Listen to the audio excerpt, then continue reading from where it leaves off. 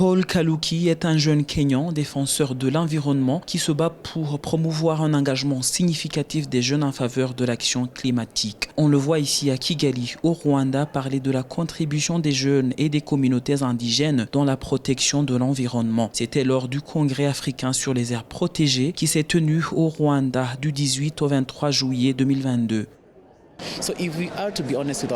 Franchement, je trouve que les communautés se battent comme elles peuvent pour l'action climatique, mais je crains que ça ne soit pas suffisant. Il faut s'assurer que les gouvernements puissent suivre et que la société civile s'active et rapidement qu'on puisse tous travailler avec les communautés qui ont longtemps fait ce boulot seuls, afin de protéger et accroître non pas notre ambition, mais nos ambitions pour la conservation de la nature. Les gens doivent savoir que la nature est un être vivant comme nous et nous lui devons donc la dignité et la protection pour la postérité.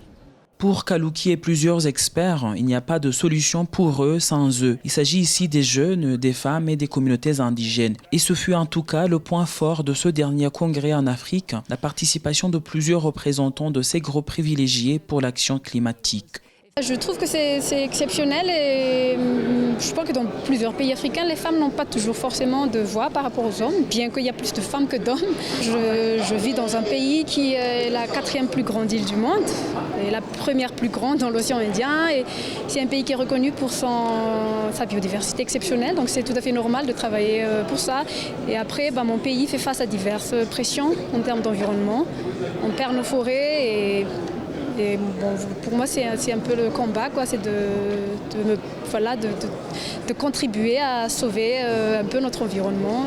En réponse à la double crise du changement climatique, de la perte de biodiversité, les gouvernements et les défenseurs de l'environnement ont pour objectif de placer 30% ou plus de la surface terrestre de la planète sous conservation officielle d'ici 2030. Pour y parvenir, plusieurs mesures doivent être garanties comme un financement accru directement destiné aux peuples autochtones et aux communautés locales, notamment en Afrique.